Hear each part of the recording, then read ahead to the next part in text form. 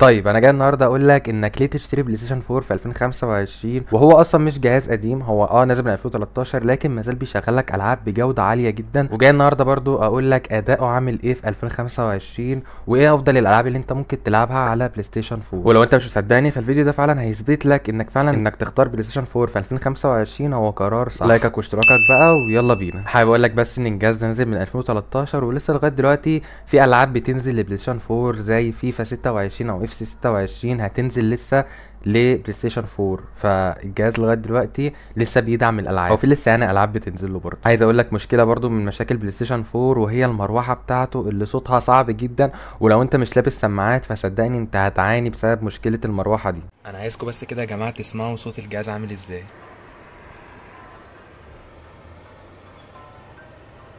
فصدقني لو انت بتلعب على بلاي ستيشن 4 ومش لابس سماعات فانت حرفيا مش هتستمتع باللعبه بربع جنيه، بالذات لو انت مش معلي صوت اللعبه كمان على الاخر. ففعلا دي مشكله من مشاكل بلاي ستيشن 4. تحس اصلا صوت المروحه عامل زي صوت المكنسه كده، بجد صوتها غريب اصلا. ميزه كمان في الجهاز ان سعره رخيص جدا بالنسبه للاداء وبالنسبه للالعاب اللي بيقدمها. يعني تخيل انت بتدفع من 8000 جنيه ل 11 12000 جنيه، ده يعني طبعا حاله كويسه جدا. تاخد فعلا جهاز بيشغل لك معظم الالعاب بجوده حلوه جدا وبفريمات برضو معقوله مش وحشه. 30 فريم على جود اوف 4 مثلا حلو برضو مش وحش. ففعلا الجهاز فعلا قيمه مقابل سعر جباره. عندك زي ما انت شايف قدامك كده اوليكس بيبيعوا من 8.5 ل 11.5 الاعلى حاله موجوده. انت ممكن فعلا تجيب الجهاز ده بالثمن ده، مثلا ممكن مثلا في رينج 9000 جنيه تجيبه وتخلص العابه اللي موجوده. لما تخلص الالعاب اللي موجوده وحصرياته اللي موجوده تكون انت مثلا حوشت لك شويه، تجيب مثلا بلاي ستيشن 5 بس كده حرفيا تكون يعني استثمرت فلوسك تقريبا. خلي بالك انت عندك بلاي ستيشن 4 بالنسبه لادائه اقوى من منافسينه، زي عندك مثلا اكس بوكس 1.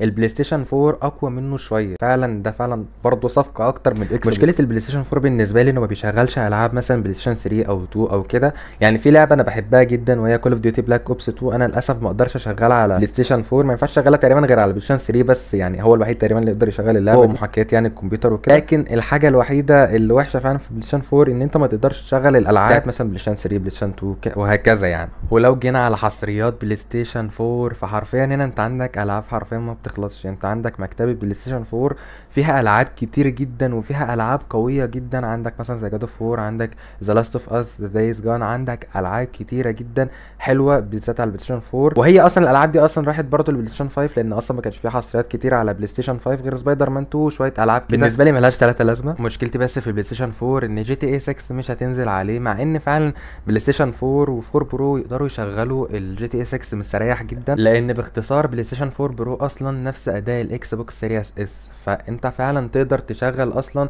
جي تي اي 6 على بلاي ستيشن 4 او ال4 برو، لان الاكس بوكس سيريس اس هيشغل اصلا الجي تي اي 6 عادي. خلي بالك احنا عارفين كلنا ان سوني مش عايزه تنزل جي تي اي 6 على بلاي ستيشن 4 عشان يعني خليك تشتري بلاي ستيشن 5 غصب عنك عشان تجرب جي تي اي 6. هي في الاول والاخر هي شركه وعايزه تكسب، بس هنعمل ايه بقى؟ مش عندك برضو جي تي اي 6 بس، لا ده انت عندك العاب كتيره فعلا ما عادش خلاص تنزل على بلاي ستيشن 4، لكن قصاد ده انت عندك مليار لعبه تقدر تلعبها على بلاي ستيشن 4.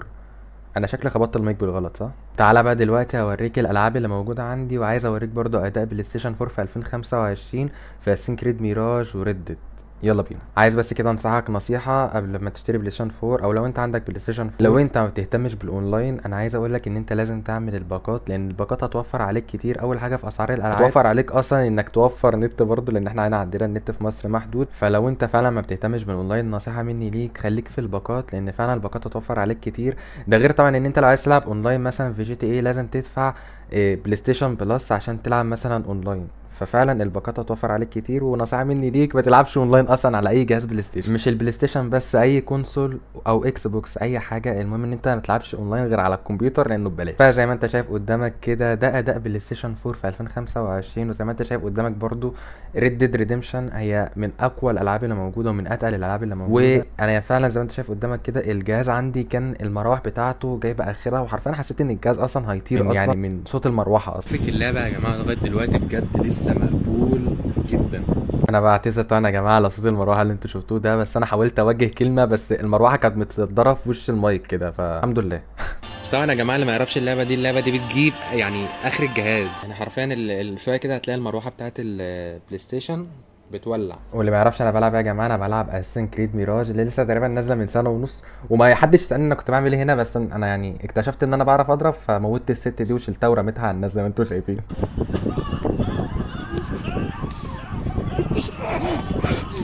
بجد يا جماعه اللعبه دي روعه، وردود فعل الناس اللي فيها بجد عجبني جدا. يعني لما رميت السته انا مره واحده لقيتهم صوتوا يعني جروا. يعني بصراحه اللعبه دي اللي ما حملهاش بصراحه انصحك انك تحملها. لعبه جرافيكها عالي بتموت لك جهاز حرفيا.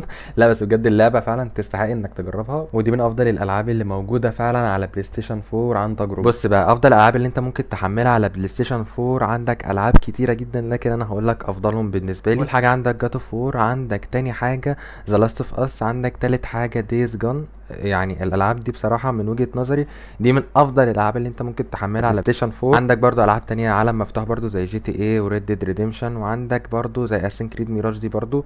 فعندك العاب كتيره حلوه قوي. يعني بص بقى عيش انت عندك العاب حلوه جدا. ففي الفيديو ده انا اثبت لك انك تشتري بلاي ستيشن 4 في 2025 هي صفقه حلوه جدا.